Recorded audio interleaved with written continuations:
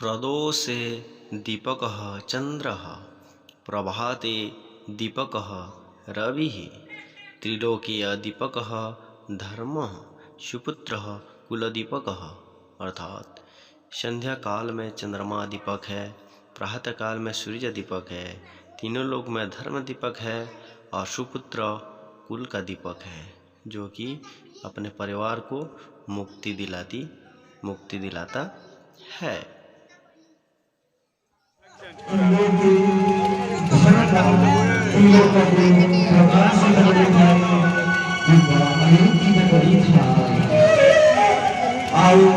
गोटे सुपुत्र गोटे उत्तम पुत्र तार गुण को तार वंश को आलोकित सृष्टि तीन प्रकार पुत्र थाती सुपुत्र कुपुत्र एवं पुत्र उत्तम पुत्र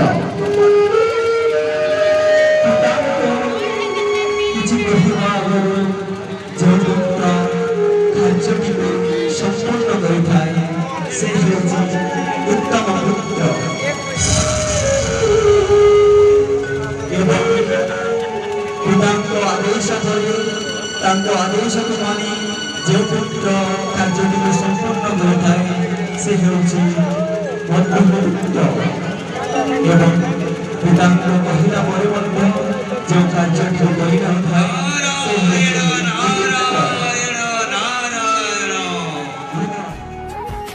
Lord Ram was given the title of Maryada Purushottam. He was an ideal son, a wise brother, a caring husband, but most importantly, a notable and admired king.